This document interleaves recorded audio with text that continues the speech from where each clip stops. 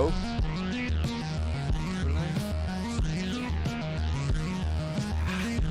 Okay.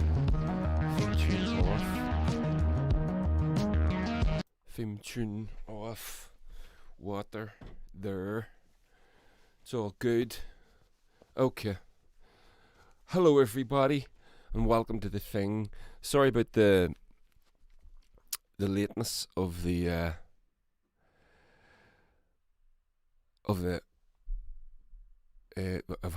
well, basically the late morning of when I decided to do this. I sort of decided to do it this morning because, as you know, I did a couple of live streams during the week. I did one with Darren Matthews on Wednesday, so you go and check that out. It's on, the whole video is up on YouTube, and you can also get it on your podcast thing.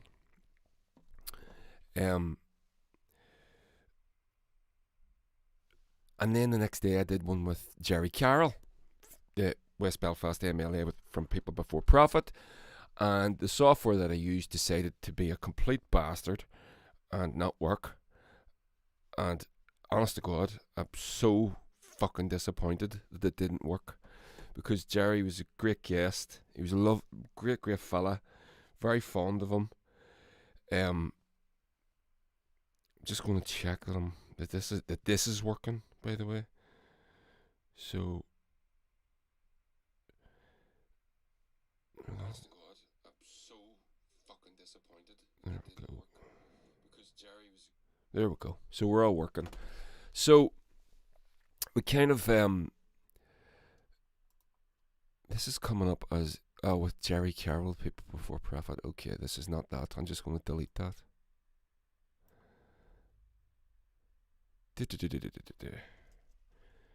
Emergency. I'll just type this in now. Emergency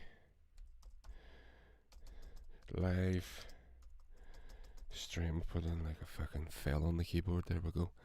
So, as you know, as I was saying, Jerry was fantastic. We talked about everything. We talked about United Ireland. We talked about People Before Profit in general. We talked about the Dublin-based South by-election, which was taking place that day, and the People Before Profit candidate down there, Bridget Purcell, I think her name was. I might be wrong. We spoke about so much foreign policy stuff. We spoke about what it's like to be in the assembly, what it's like working alongside, and he is alongside like Jim Allister, who literally the mirror polar opposite of Jerry politically, and they sit on opposite sides of the storm at the chamber. So we kind of we talked about all of that, and it was great, and I really enjoyed it. And he was such a great guy, a lovely fella. I grew very fond of him very quickly. And then it all fucked up. All my stuff, my voice recorded, so I sounded like I'm talking to myself. And Jerry's didn't record, and I don't know why. The software is literally kicking my hole right now. I am a bit all over the place with it. I had to come in here and do fucking basically uninstall and reinstall and do everything again, and pain in the arse. I'm not even going to bother. I'm not going to bore you with the details, but I will grab my bits. So the reason I decided to do this was, I'm not going to go over the stuff with Jerry, obviously, because Jerry's not here, but I will go over. I brought up the topic of imperialism, Western imperialism, American imperialism, and what's going on in Afghanistan at the minute, and a few other places. So I didn't want to waste that, because it is current. And Jerry's going to come back on, by the way. He's very gracious. I sent him an email, and he said, listen, we can do it again. It's okay. I enjoyed the chat anyway, which is very nice of him to say. Because he's a very busy man. He's very active in the community. He left our podcast to go to another meeting. And then, this is another thing. I was at a gig on Thursday with the Bonneville, so we played a little gig, and it wasn't a big thing. It was in somebody's backyard bar, the built over thing. But it was these sort of It's called the Clash Against the Right, CATR, and there's this organisation across Europe called Clash Against the Right, and they did this little gig thing in the garden, and it was just them and their little group of people, old punks from Belfast, and it was great. And we played an acoustic set, so we worked on a few acoustic tunes. We just played half a dozen songs, but it was lovely to play out. It was a real joy.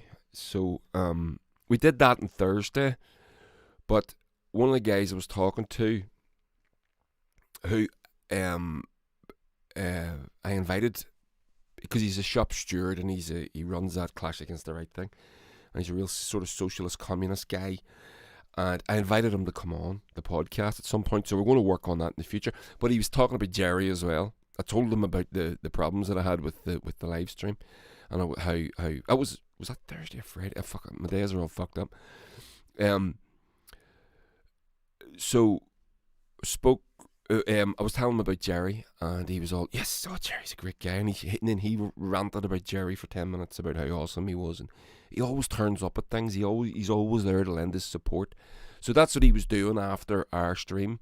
So we did our thing, and he said, listen, I have to go at 6 o'clock because I have a thing to go to. So he's that sort of a guy. He's real active in the community. He's not like these fucking politicians that show up for photo ops and then that's the last of it you hear about them. Like, you see them now up in Belfast, all the unionists, and turning up at the bonfires, walking into Tigers Bay. Jim Allister will never go into fucking Tigers Bay again for the rest of his life. Fuck him. So, but anyway, so Jerry's going to come back on, thank fuck, and do the thing with me, and I promise that I'll have it all sorted out, although I'm not fucking confident, and I'm not going to invite him on until I am confident. I'm not going to invite anybody on until I'm confident. I was supposed to have Mick Conlon on next Wednesday. We'll see how we get on with that. I really don't know. Yeah, so there we go. It's just the software is kicking my fucking arse. I don't know what I'm doing wrong. I seem to not be doing it. It just seems to work, and it doesn't work. Come out here and it's all working. Like the exact same things, the settings I used with Darren Matthews the day before worked. Exact same thing. Go to use it for Jerry Carroll, the next day it doesn't work. I don't know. Maybe it's because I'm old as fuck. I may just have to accept it. But let's push on. So here we go. So what I was talking about with Jerry was this. It started with last week. I don't know if you know Donald Rumsfeld. Donald Rumsfeld was the defense secretary for the George W. Bush administration. And I use the word defense secretary because it's only a title that they give themselves, but there's very little defense involved. It's aggression secretary. And he was the guy that was at the helm of orchestrating what is now referred to as the forever war, right? So what does that mean? Well, you go into a country to go to war, but you don't leave, which is what America's tactic has been. America's never left anywhere. I mean, America's still in Germany, for fuck's sake, after World War II. It's got bases all over the fucking planet, as you know. And it's got a defense budget that is greater than the next 10 countries combined. So you add up the defense budgets, the military budgets, let's call it that, from China, Russia, UK, India, all whatever the top 10 countries are. America's on its own is greater than that. America spends $700 billion plus per year on defense, air quotes, defense. Very little of it is actually used for anything remotely resembling defense. It's aggression, imperialism. And they use the money to lay up profits for multinational corporations. And they do. And don't say that they don't. Right? So, Donald Rumsfeld.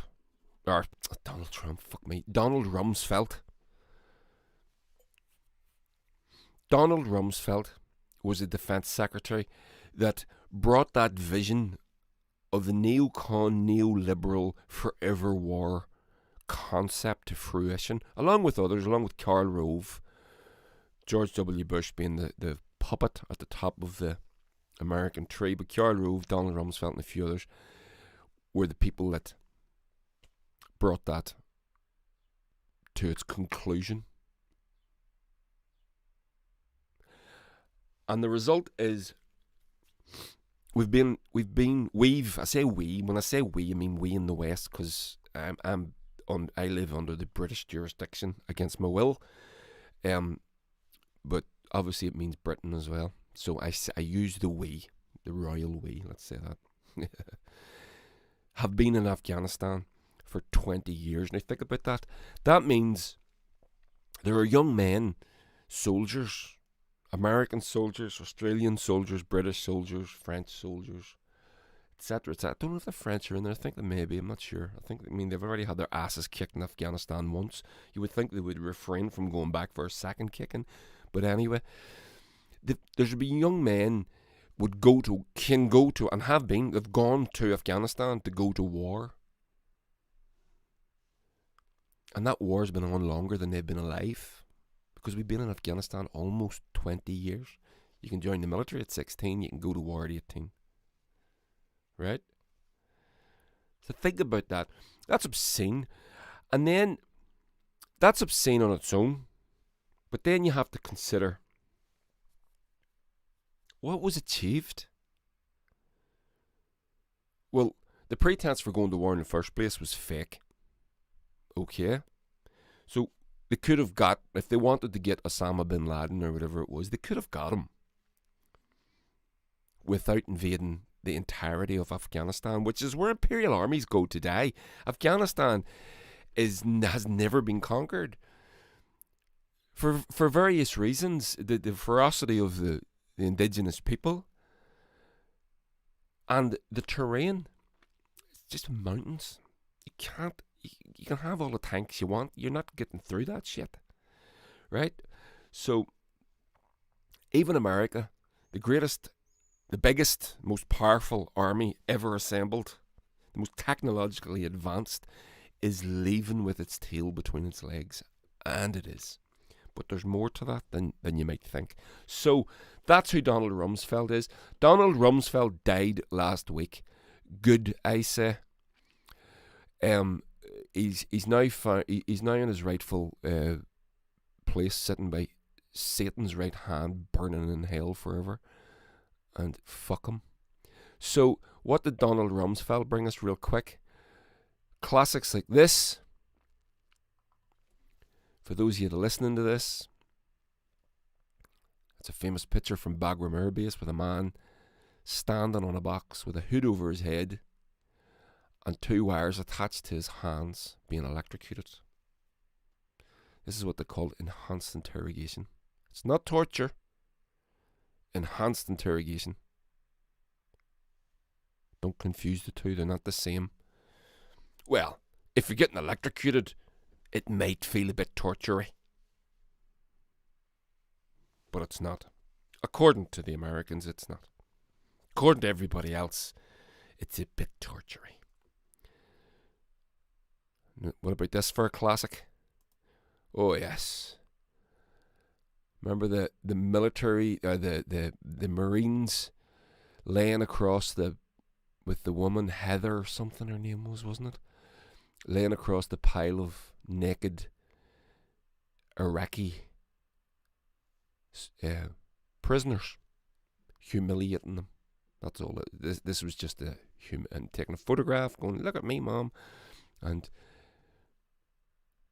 that was a good one. That was a classic. That's one of my favourites. I like that one. Not torture. Definitely not torture, though. Don't be confusing it for torture. Torture is what other people do. It's not what we do. Us white people in the West, bringing goddamn freedom to the brown people. And then we go in there and we destroy their countries. And we create civil war. We create strife. We create factionalism. Which is what happened here in Ireland. part of what happened here in Ireland. The British understood that if they could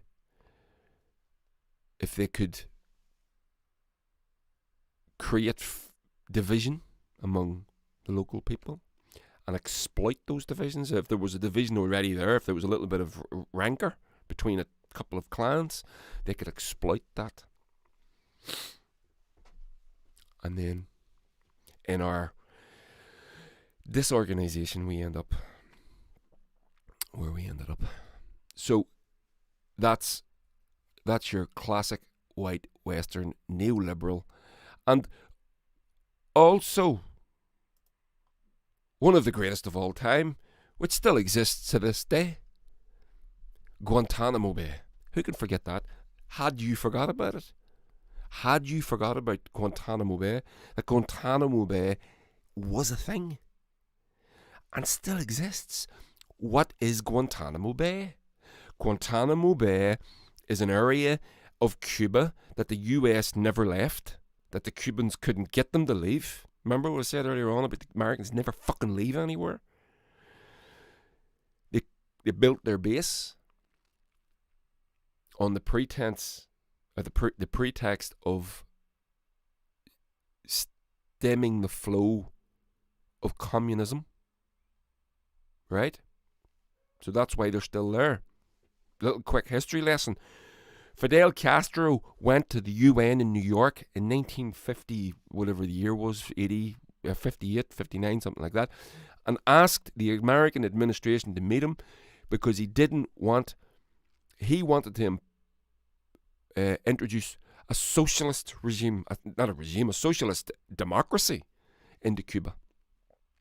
You got to remember this. The communists within Castro's army was the likes of Che and Raul Castro, so it's Fidel's brother, and Che Guevara.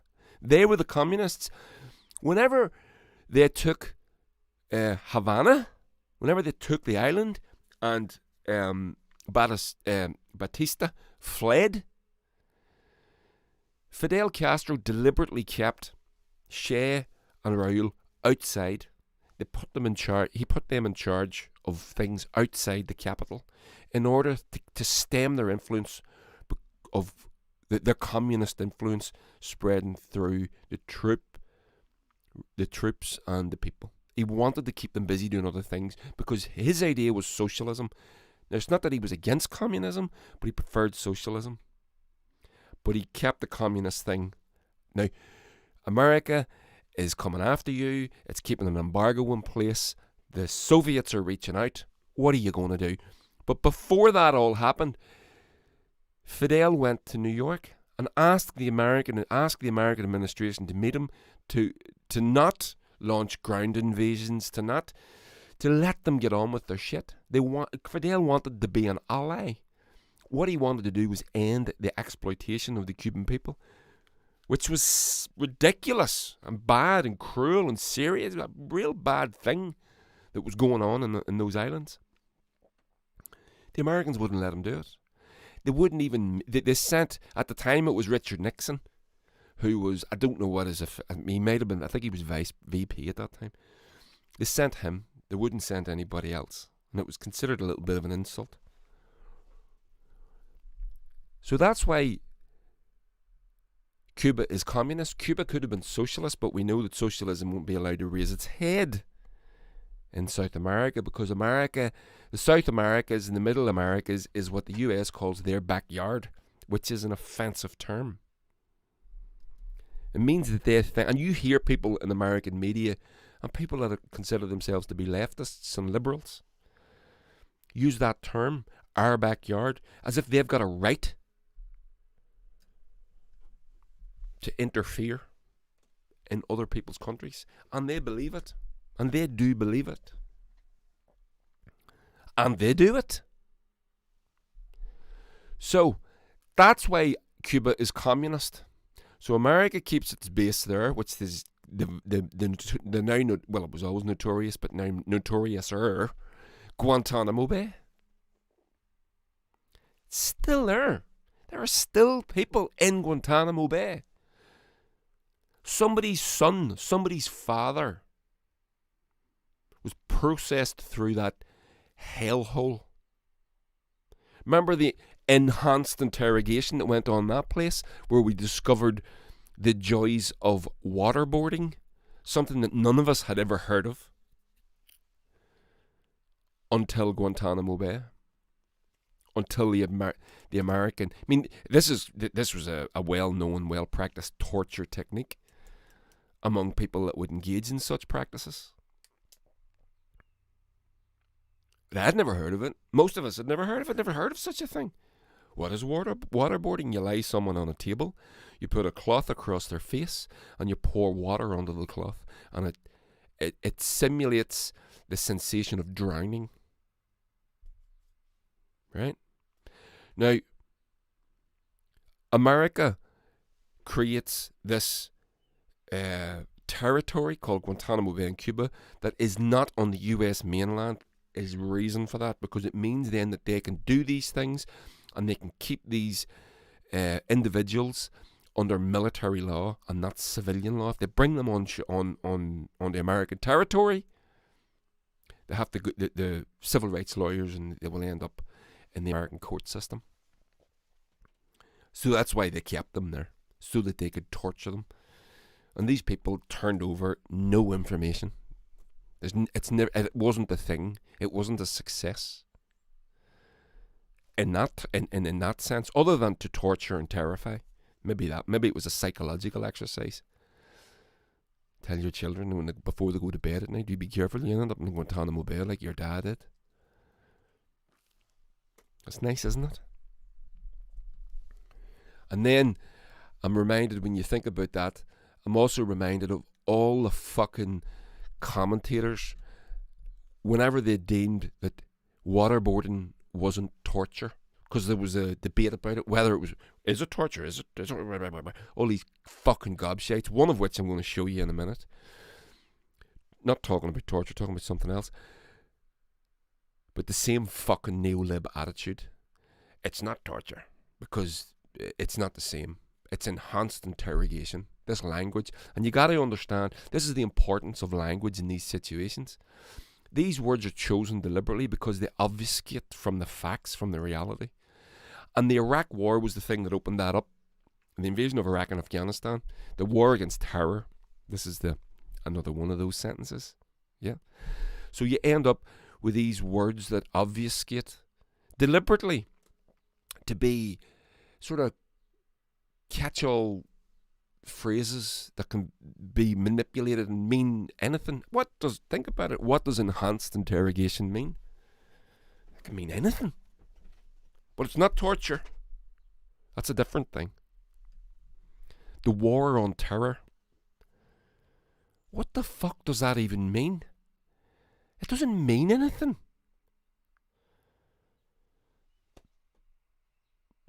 The triangle of terror.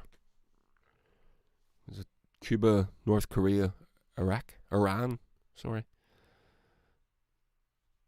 These phrases mean nothing. But they get recycled through the media, which is owned and run and work for the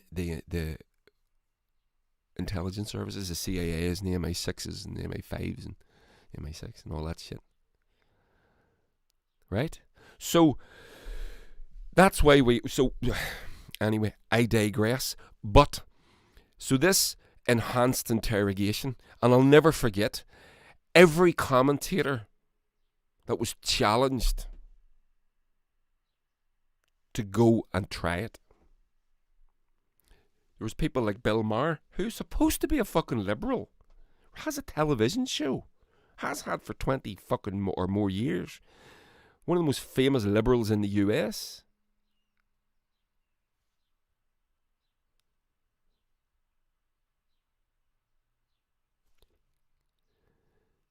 Spends whatever amount of time saying that enhanced interrogation, waterboarding, isn't torture. So then he gets challenged. Well, try it then. Eventually, not straight away, but eventually, he agrees to try it. How long did he last? Seconds. Seconds. Another one, what do you call that fucking gob on a stick with a big fat head? Glenn something. Psychopath. It was on Fox News for years. Can't remember his name. He did it. Same. Seconds. Lasted seconds. Changed their mind. This is torture.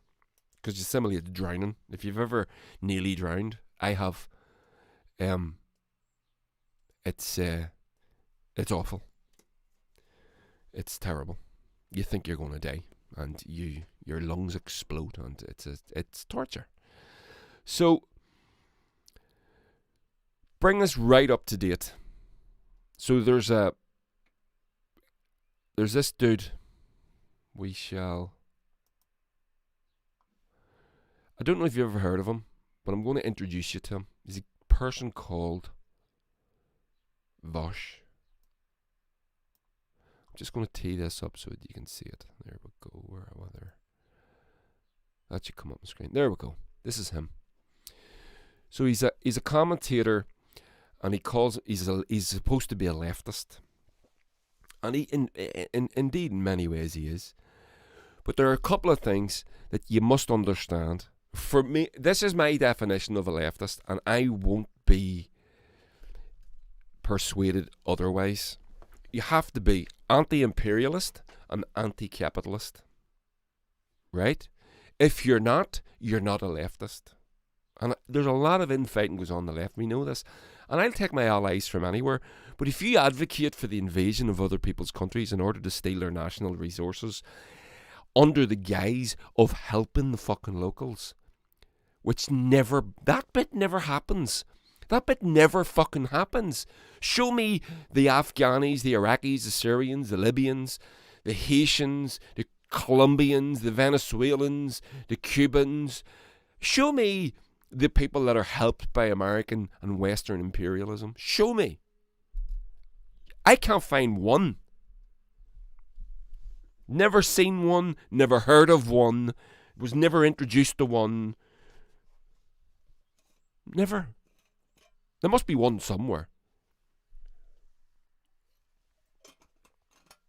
So you must be anti-imperialist. I come at that from a basic anti-imperialist stance. It's wrong. You shouldn't be invading other people's countries. End of fucking story. Okay? And also, I'm Irish. I understand imperialism. I live in it. My country has been divided by imperialism, and to this day, I live in the occupied 6 counties, as it's referred to by many. So I understand imperialism. Maybe from if you're not Irish and you don't live in a place like this, maybe you don't get it. But I do. I grew up in it. I grew up with British soldiers pointing guns at me walking down the street for nothing. I know people that got killed by loyalist terrorists, and I know the Republican terrorists did awful things as well and killed, murdered, and I don't support that either. But the first instance is the imperialism. That's what started. So you say, who started the troubles? Was it the UVF? Was it the loyalists or the Republicans? It was the fucking British. The Brits did it. They started it. You can't invade people's countries and then not expect them to fight back. You can't fucking put people in Guantanamo Bay and not expect that to radicalise someone. Somebody's son, somebody's father. And then there's another word. I just used it there as convenient as you like. Radicalise. What does radicalise mean? This is a word that has come up in this war against terror. These radicals, they became radical. Why did they become radicalised? Was it because you dropped a fucking £500,000 fucking missile on their wedding and wiped out 3 generations of their family? Pretty fucking radicalising, if you ask me. That's not a radical. That's somebody looking revenge. There's a fucking difference. You can't run around the world doing these things and not expect people to hate you. It doesn't make fucking sense. And this is the disconnect between this fucking dick and what goes on the ground. sitting in his fucking, wherever the fuck he's from. I don't even know. He's somewhere in America. Right. I'm going to introduce you to this person. And the reason I introduce you to this guy, he's fucking massive. I don't mean fat. I mean massive. Hundreds of thousands of followers on YouTube. He's big on Twitch. If you're old as fuck like me, you don't even know what Twitch is. It's big. It's a gaming thing. The gamers, the kids, love they go on Twitch and they do their twitching. And they game and they chat and they video it and they put it up and people watch and they talk while they're gaming. And the right have done that for a decade. Or not quite, but getting on. And they've been converting a lot of youth. And you see the rise of Proud Boys, and a lot of it happened on Twitch. So this guy decides to go on Twitch and start coming at it from a leftist perspective, which is a fantastic idea. And he's very good. He's very successful, I should say. He bores the tits clean off of me because he's one of these. You'll see it especially in American leftist discourse, especially on YouTube and especially in podcasting and stuff. You've got this thing where they do what they call debates. So you get Vaush versus somebody, right? And you get these. They're considered to be quite intellectual. So people like Ben Shapiro and Vaush, and Ben Shapiro's on one side, Vaush would be on the other, and you've all these different, and they debate each other. And it's Vaush destroys this guy, or Ben Shapiro destroys this other guy, and it's all about this the coming together of two ideologies, and somebody has to lose, right? So, but this is the thing: to debate properly, there are techniques, there are things you can do, there are ways to lay traps to catch your opponent. And it is like that. It's not you and me having a discussion where we maybe disagree on a few things, and I can come up with you come up, and there's no winner. You have a discussion with me in real. There's no winner. We're just talking, right? I may convince you of something. You may convince me of something. And we go about it. This is not what this is. This is this conflict, this coming together of two worlds, and there has to be a loser, which shows you a little bit of the mindset of the modern American capitalist binary world, discourse world. So that's what they do. And if I was ever asked to go and debate anybody like that, I would refuse, because they would make me look like a complete asshole. They would make me look like a fool. They're very wordy. They're very well educated. They can pull references out of their asses for some book and that was written in the mid, blah, blah, blah, blah. Never was boring as fucking hell, right? And it would put you off almost. So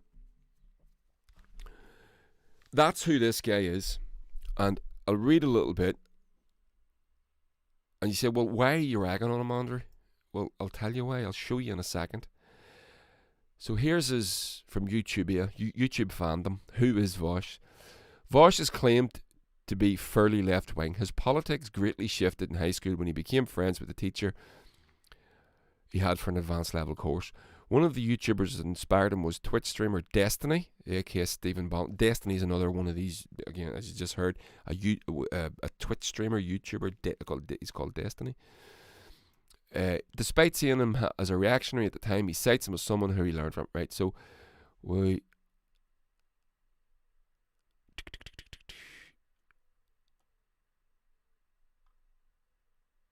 So here we go. Vaush holds, there was stuff about his personal life I don't give a fuck about. Vaush holds left-wing views and identifies as a libertarian market socialist.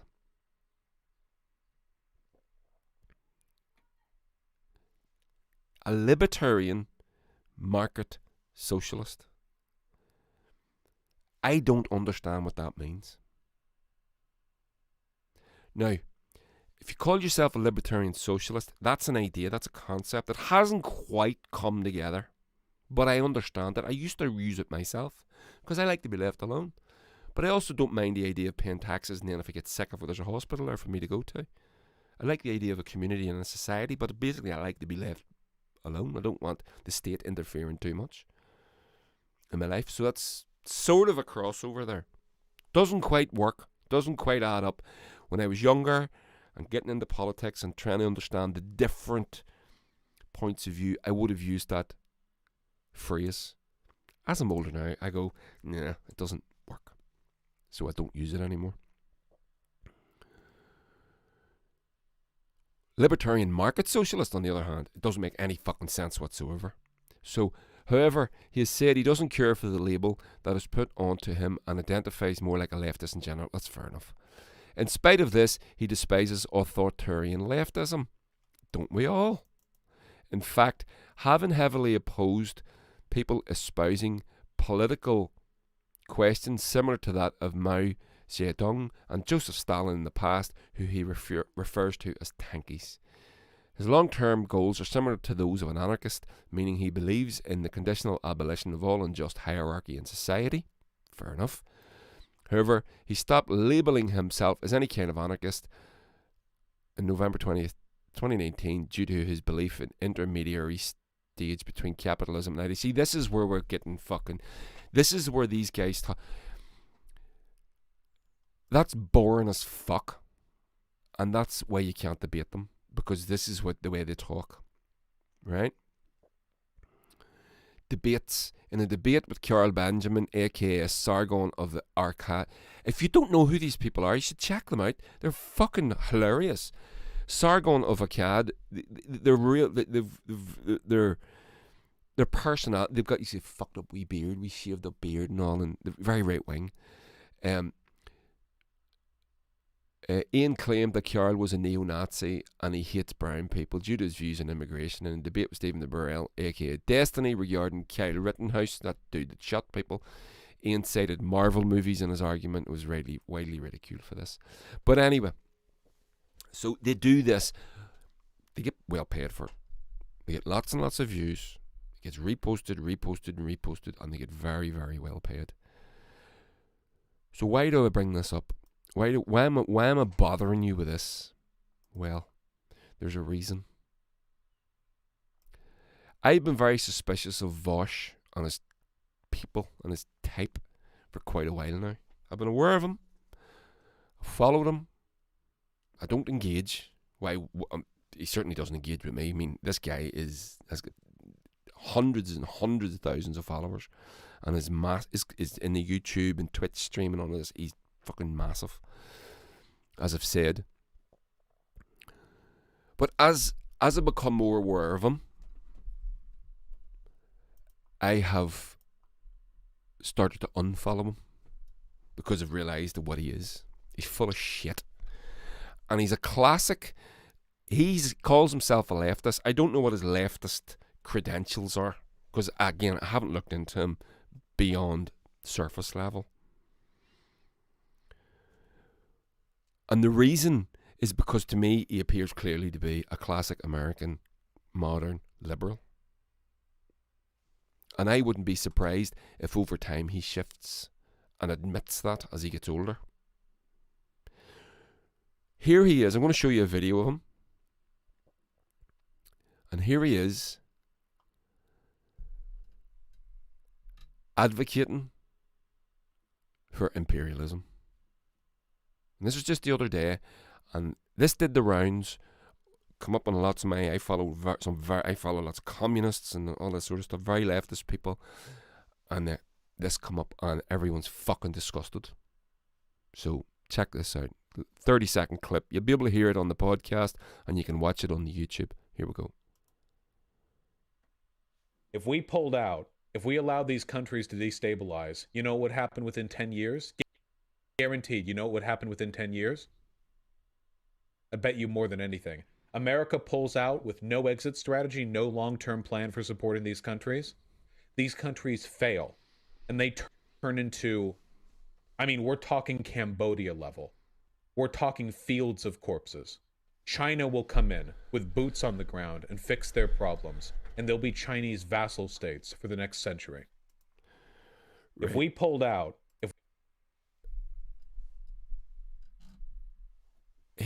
right, so that's a 30-second clip. I could talk about that for an hour. Just that. About why this is so fucked up. I'm going to play it to you again. If we pulled out. Now, this is a leftist. Remember what I said to you earlier on? For me, if you're a leftist, you're anti-imperial and you're anti-capitalist. Anti-imperial doesn't mean you don't help people. And anti-capitalist doesn't mean you don't buy things and make things and sell things. Understand the difference. Understand that you need to understand that the propaganda that's been poured down our throats all our fucking lives, that socialism will lead us to Stalinism or communism or Chinese communism or Russian Soviet fascism, or as Vaush says, in Cambodian killing fields. This is bullshit.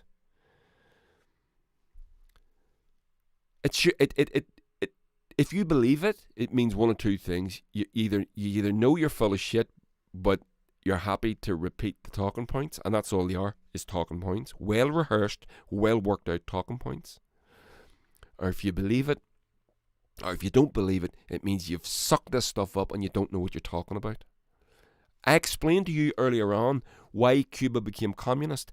Cuba didn't want to, but Fidel Castro was a socialist. He accepted the help of the only people on the planet that could help him withstand the onslaught that they were about to face from the USA. That is why Cuba is communist to this day. The embargo that still exists on Cuba and is getting worse.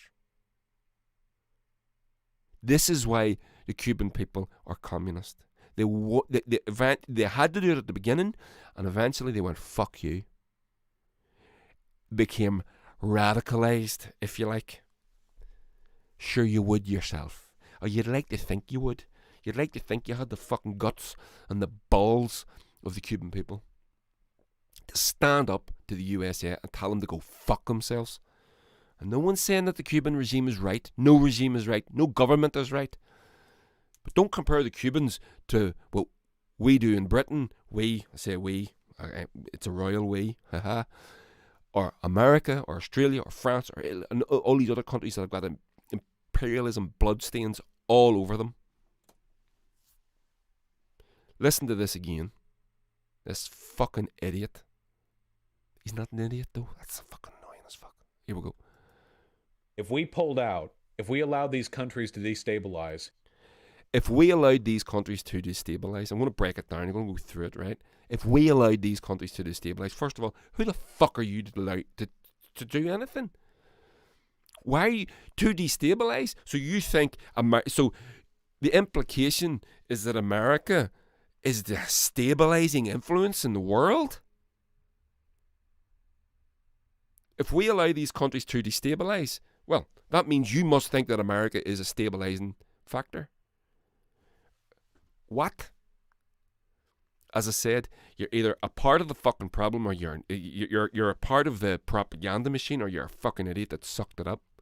If you believe that. That is so fucking wrong. It makes me puke. Let's go. You know what would happen within 10 years? Guaranteed. You know what would happen within 10 years? Guaranteed. I bet you more than anything. America pulls out with no exit strategy, no long-term plan for supporting these countries. These countries fail. America pulls out. That means America pushed in to begin with. And I guarantee you this, Vaush, I guarantee you that these countries will fail. I guarantee you, full of shit, I'll guarantee you this, none of those fucking countries invited America in the first place. That's the only guarantee. And Vaush can't guarantee shit. Let's go. And they turn into, I mean, we're talking Cambodia level. See, this is what's called, this is classic neocon. He's hitting them. It's like shooting ducks in a fairground with the little air, right? Ping, got that one. Ping, got that one. Ping, got that one. these countries will fail. Why? They said the exact same thing about us in Ireland. We are uniquely incapable of governing ourselves. We, us, are uniquely incapable. That's what they told people for hundreds of years on this island. And this is a classic imperial tactic. This is what they do. They did it in India. They convinced the Indians that they are fucking subhuman to the fucking magnificent Brits. Which is why 200,000 Brits was able to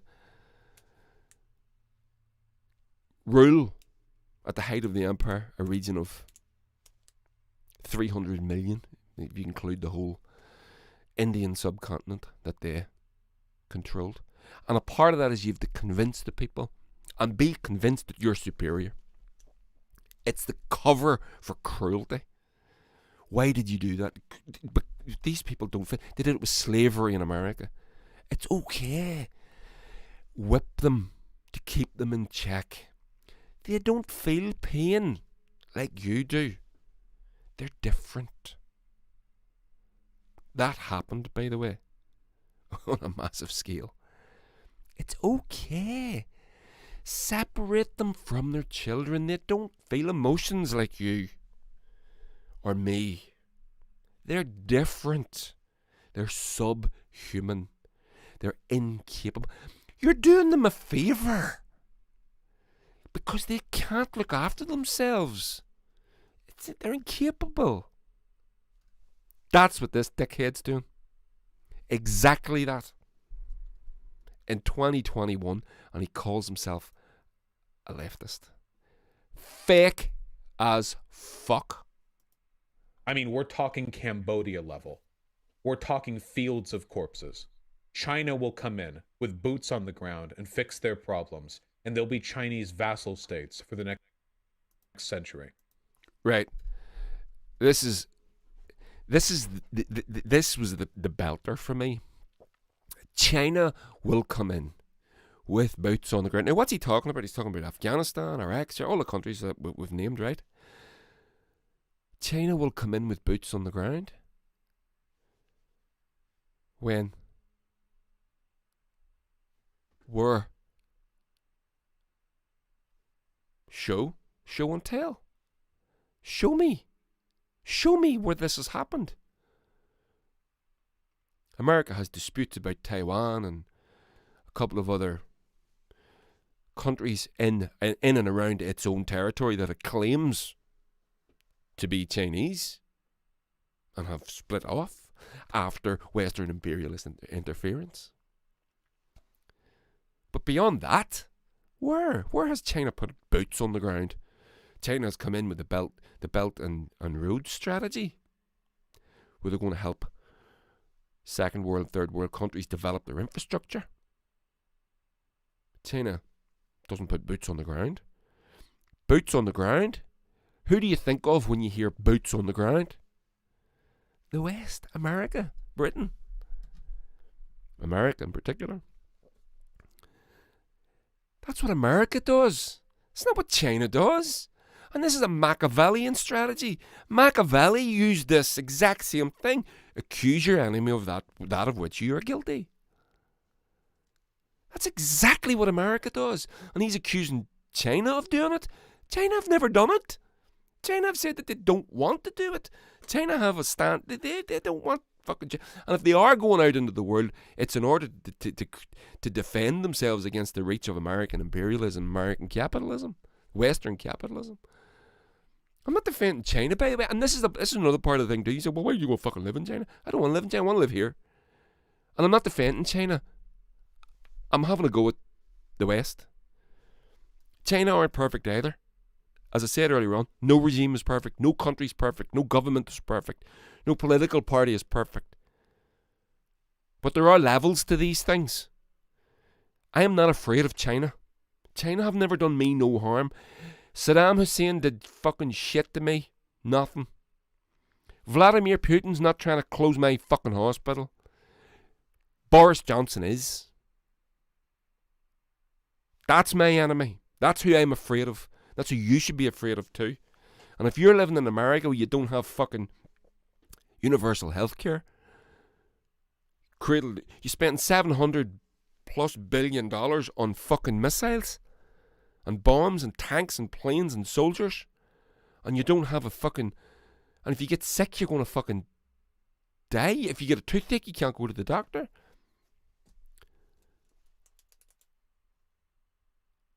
Not everybody, of course. The wealthy are fine.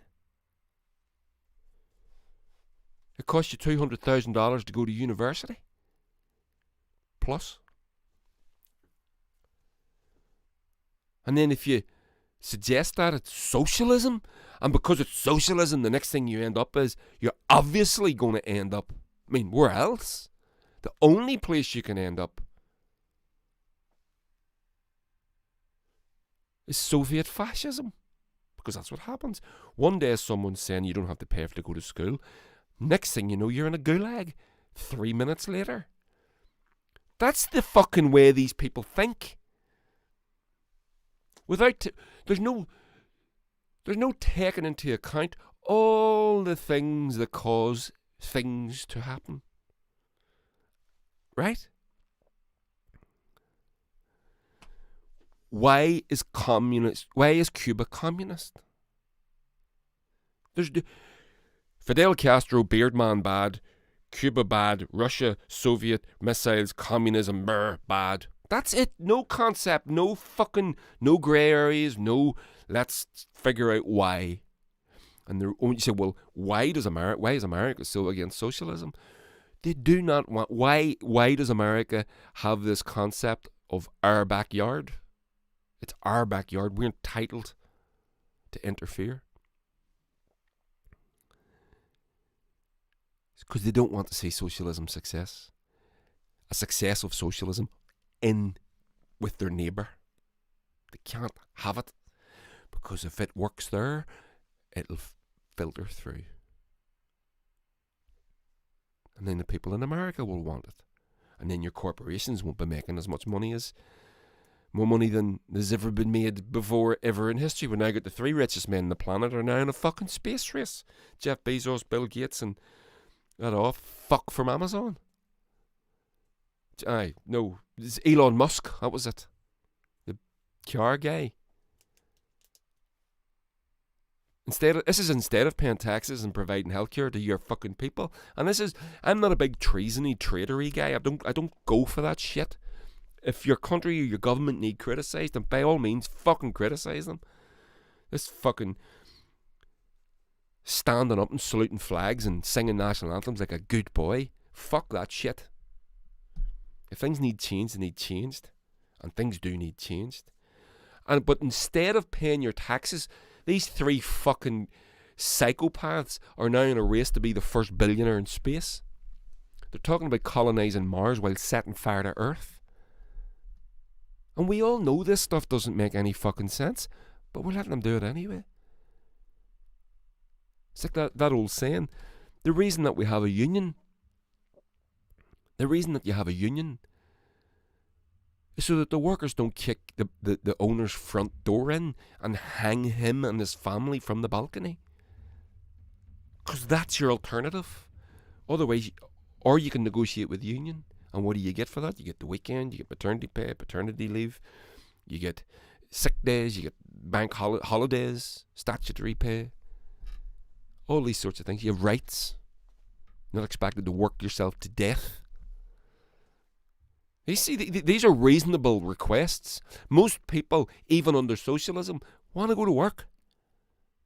They want to go and earn money. They want to provide for their families. But they want to know that if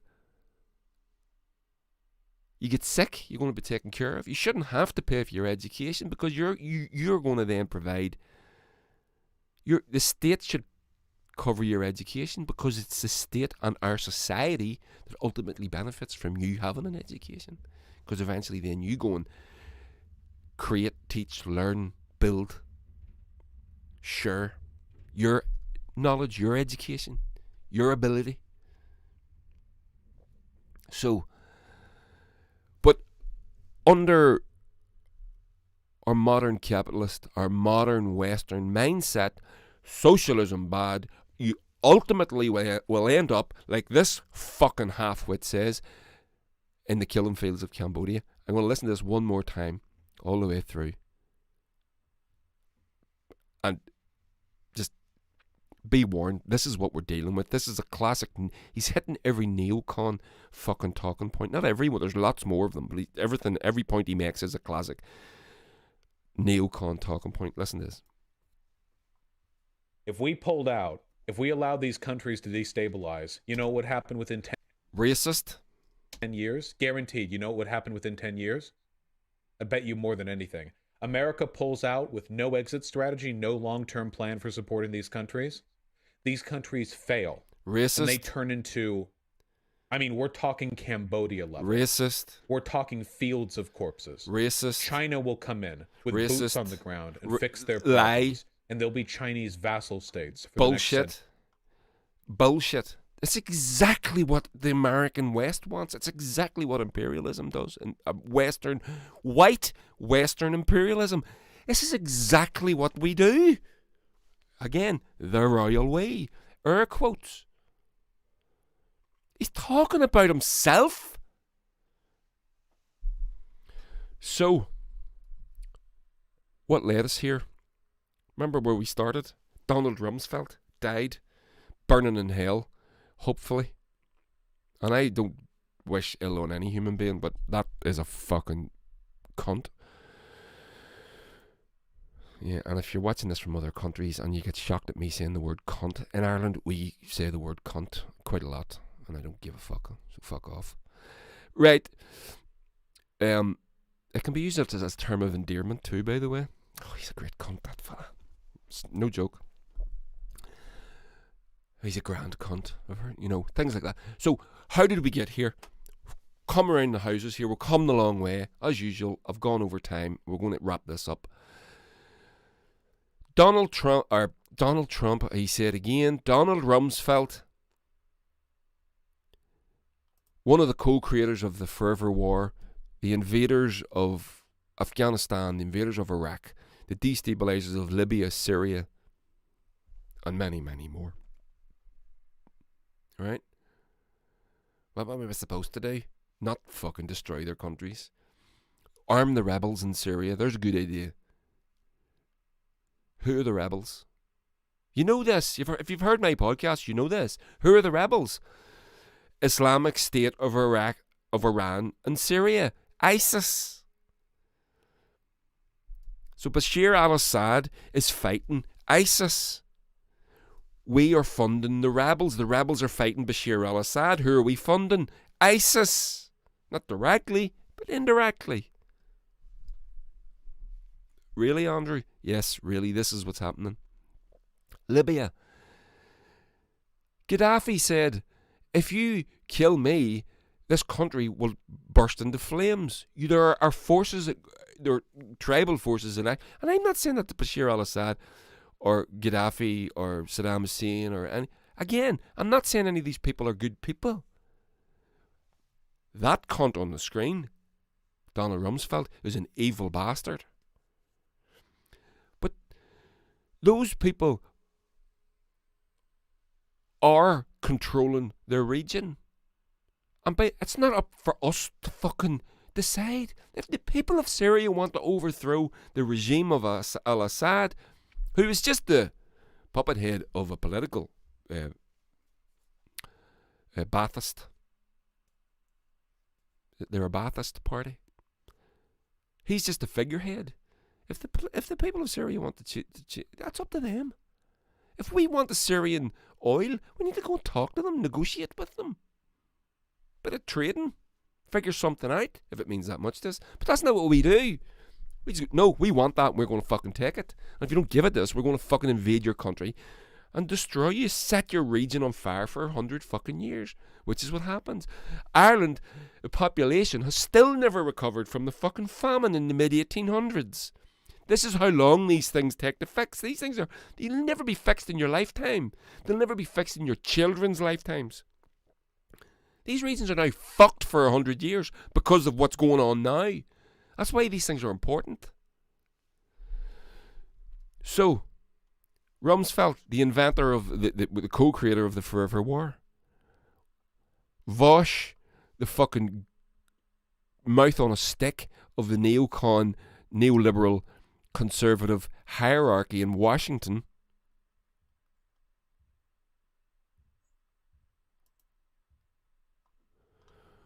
What are they talking about? We're going to leave. You can't leave these countries because... Right? Well, there it is on screen. The US switched off the lights and left the airbase without telling the Afghans. What does that mean, Andrew? Well, I will explain to you in 1 second. I forgot to pull the article up. I'm not going to read it all. It's just a little paragraph from it. And again, this is what I went through. Brought this up with Jerry. There we go. Sydney Morning Herald article. Right? The US switched off the lights and left the airbase without telling the Afghans. What does that mean? Bagram in Afghanistan. The US left Afghanistan's Bagram airbase after nearly 20 years by shutting off the electricity and slipping away in the night without notifying the base's new Afghan commander. This fucking happened last week. Afghan military officials say they discovered the Americans' departure more than 2 hours after they left. The US announced last Friday it had completely vacated its biggest airfield in the country in advance of a final withdrawal that the Pentagon says will be completed by the end of August. We heard some rumour that the Americans had left Bagram, and finally by 7 o'clock in the morning we understood it was confirmed that they had already left. General Mir Asdullah Koistani, Bagram's new commander, said. Imagine being the new commander of that. That's a fucking poison chalice if ever there was one. The US military spokesman, Colonel Sonny Leggett, there's a good fucking colonel name for you, did not address the specific complaints of many Afghan soldiers who inherited the abandoned airfield, instead referring to a statement last week. The statement said the handover had been in process soon after Joe Biden's mid-April announcement that America was withdrawing the last of its forces. Leggett said in the statement that they had coordinated their departures with Afghanistan's leaders. Before the Afghan army could take control of the airbase about an hour's drive from Afghan's capital Kabul, it was invaded by a small army of looters who ransacked barrack after barrack and rummaged through giant storage tents before being evicted, according to Afghan military officials. At first we thought they were Taliban, a soldier of 10 years said. Abdul Rauf said the US called from the Kabul airport and said, "We're here at the airport in Kabul." They just left. They've been there for 20 years, caused fucking death, mayhem, murder, destabilisation, and just fucking left. Literally didn't even tell the Afghanis. Left.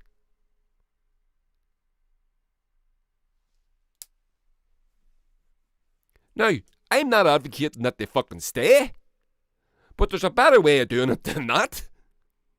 And that shows you the amount of the fucks that they don't give. They don't give a fuck. There was no reason to be in Afghanistan to begin with.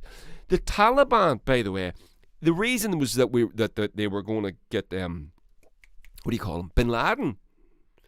The Taliban were negotiating with the Americans, it turns out, behind the scenes to hand Bin Laden over. They could have got Bin Laden. The Taliban would have given him over. Right?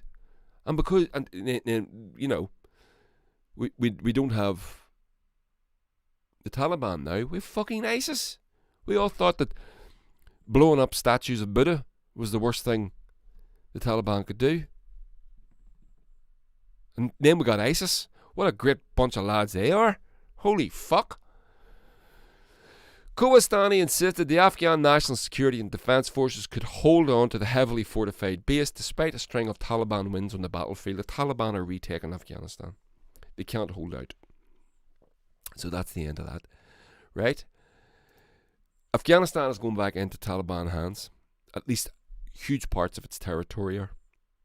The Taliban haven't gone away. They're not going away. And that's the end of that. So why has this happened? And this is the This is the point. You know I like to go the long way around the houses, don't you? Well, this is it. Troop levels are down, but the US says over 18,000 contractors remain in Afghanistan. The American troops have left, but the Americans leave private contractors in place. The forever war that was created in conjunction with and the blessing of people, ghouls like Donald Rumsfeld, where did we get? So what you end up with, the forever war, right, becomes unpopular at home. Now, I don't know if you know this. One of the things that the Barack Obama administration outlawed was the filming of the dead bodies coming back from the airports with the American flag draped on the coffin, and then they get the military escort, right? He banned that being shown on TV. A very good reason, because people don't like to see that. That's a very stark and very undeniable image. Okay? No matter how hard of thinking you are, you see that and you go, right? 20 fucking years of that. It becomes hard to, but they want to stay here. So the Barack Obama administration banned that. They weren't allowed to show that on TV. Now, so then the next phase of thinking, so you go, well, we're going to, they do things like that. So then you go into, well, what are we going to do? How are we going to keep on being here without using our troops or with a privatized war? And that's where we're going. That's where we're going, people. War's becoming privatized.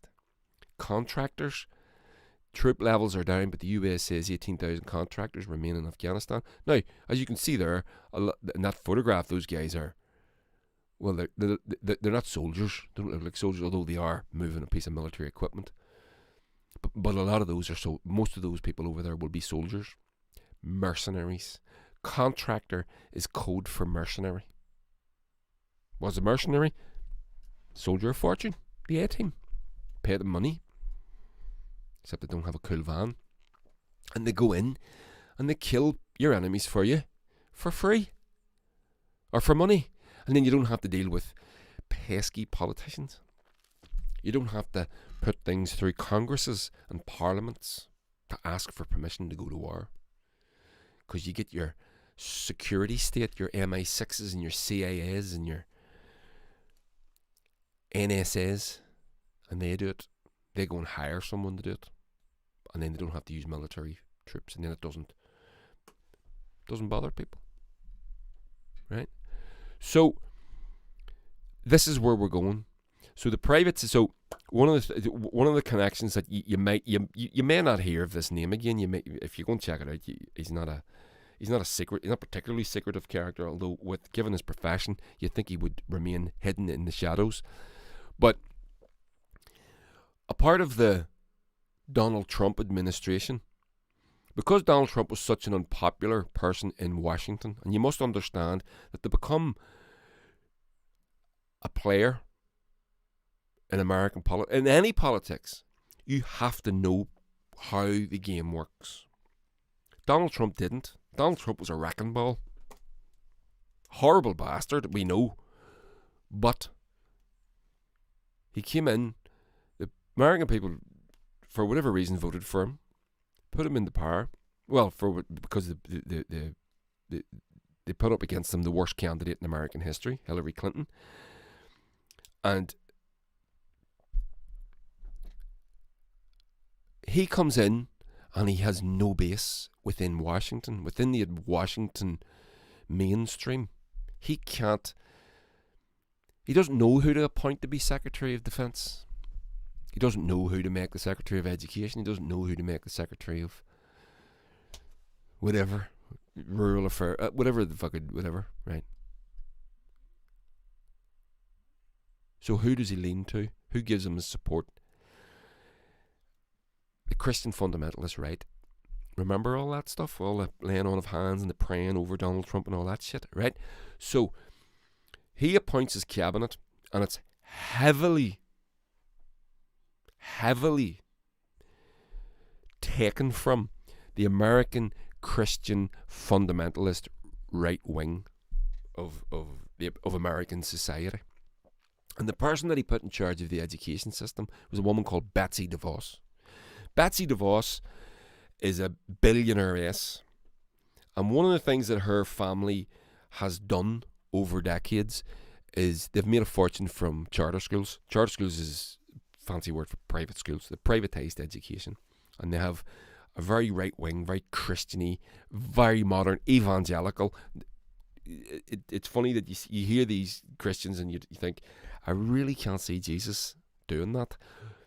So, as I say, you know, I'm not having to go with you because you're a Christian. I'm having to go with you because you're absolutely fuck all like Jesus the Christ, from whence you take your name. Excuse me. So, Betsy DeVos gets made Secretary of Education, and then sets about privatising as much as she can the schools. Now, I listened to an interview with a man who wrote a book about the DeVos family, and her in particular, and he was one of her advisors, and she went on to Japan on a, well, I don't know, a trade trip or something, but I guess going to meet her Japanese counterpart in the trade of in the Board of Education in Japan, whatever that may be, whoever that may be, I don't know. But this person, and the interview's on YouTube, I should have pulled it up. Actually, I might pull it up another because it's fascinating, and I might do it in a different podcast. He says this woman, this billionaire-ess, has lived such a gilded, exclusive lifestyle. She saw a bus in the airport in Japan and didn't know what it was. A fucking bus. She asked him, what is that? It's a bus. She'd never seen one before. This is a woman that lives a world of private jets, stretched limousines with darkened windows, doesn't speak to cleaners and waiters and waitresses. This is not her world. She is the Secretary of Education. Now, she is a psycho. Check her out. Just Google her. Betsy DeVos. DeVos. She has a brother called Eric Prince. Eric Prince is the head of an organisation. I can't remember exactly. They're called Black Hawk or Black Rock or something. I think of Black Rock.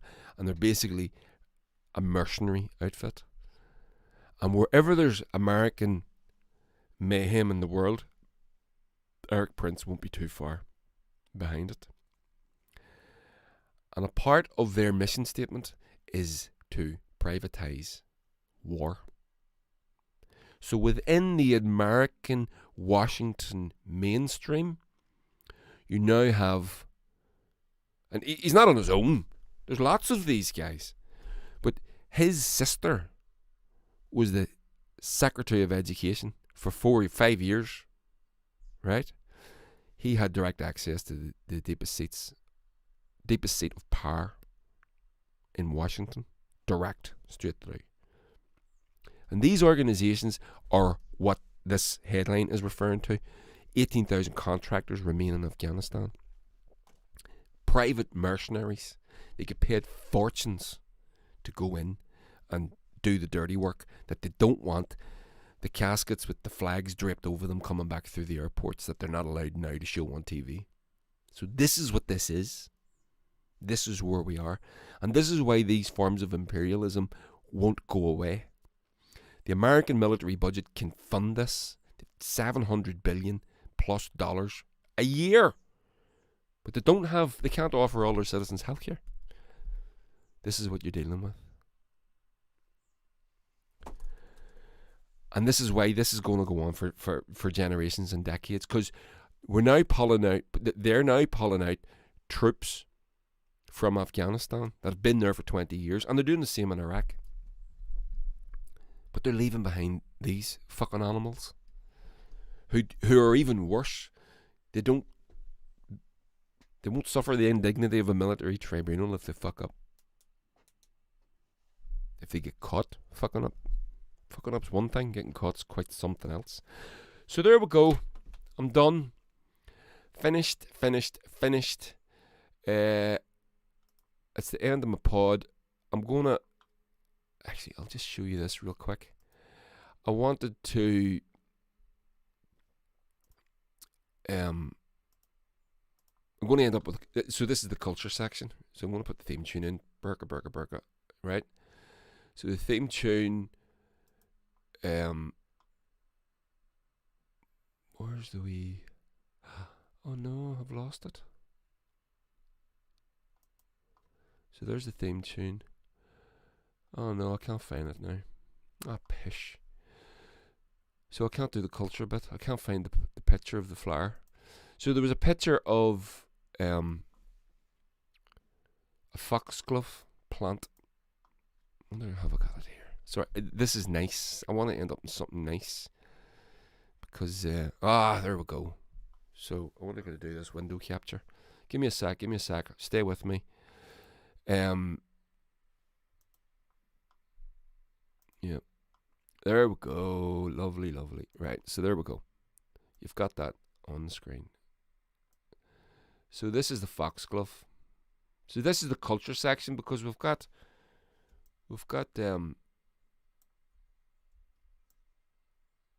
politics and culture and some other shit, right?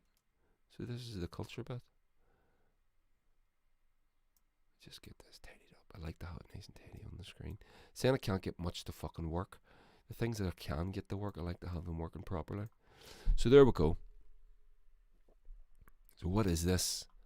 This is the foxglove. It's a plant. And if you remember from my podcast with Darren Matthews, I showed you this book, didn't I? Ireland's Trees. The Myths, Legends and Folklore. You can see that, right? So this is kind of in connection with that. So this is the foxglove plant. And one of the Irish names for foxglove is Marin Pucka. Myron Pucka, which roughly translates as Goblins Fingers. That's class, isn't it? And when you see it there on the screen, you can see in the picture quite clearly, you know, that those little bell shapes. So people refer to them as bells. And when you see them, I love it when you see these things in Disney movies, like in Alice in Wonderland and all. You see those foxgloves and they start talking to Alice and everything. And they become bells. Some little fucking thing will tip along and tap them and they'll like playing a xylophone or playing bells. Lack of imagination. These boys have a lack of imagination. The Irish version of what these plants are is much better. So, Myron Pucka, which translates as Goblins Fingers. Now, in addition to that, with the folklore stuff, it is said that the fairies, what they would do is they would give the fox, which is one of my favourite animals, give the fox these to put on its paws so that it can hunt in silence. Isn't that just the best thing ever? And that's our culture bit for the day. And that's why it's our lovely Irish culture. It's why we should protect it and love it and share it and talk about it and be mindful of these stories. And the next time you look at a foxglove, remember that. Goblins' fingers, right? And the fairies would give them to the foxes to put on their paws to help them hunt in silence. So I hope that stays with you. Myron Pucka. I hope that stays with you. So every time you see these, which are common everywhere, you probably got them in your own garden. Next time you see one, you'll think of that. That would please me greatly. And if you do, let me know. Okay, so I'm going to wrap this up. Like, share, subscribe, everybody. I hope you're well. I hope to have Mick Conlon on Wednesday night. It all depends on the fucking tech. I'm a complete bewilderment and befuddlement as to why it's going on. I really have no idea. But if you I'll just close that down. If you would like to join me on Saturday night, that would be great. Or Wednesday evening, that would be great. Like, share, subscribe. Make sure, please do share it on your social medias. Just on your little podcast app, you'll have that little sort of sideways V shape, whatever it's called. That's your share thing. Stick it on the Twitter or Instagram. Check this podcast out. Get the viewers and listeners up. I would really appreciate it. And I'll say thank you right now if you do that. Thank you very much. Appreciate it. So, there we go. I'm going to say cheerio. I'm going to put the theme tune back on. I hope this works again. I can't. I'm having issues. I am having issues. You wouldn't believe it. So, there we go. Cheery bye, everybody.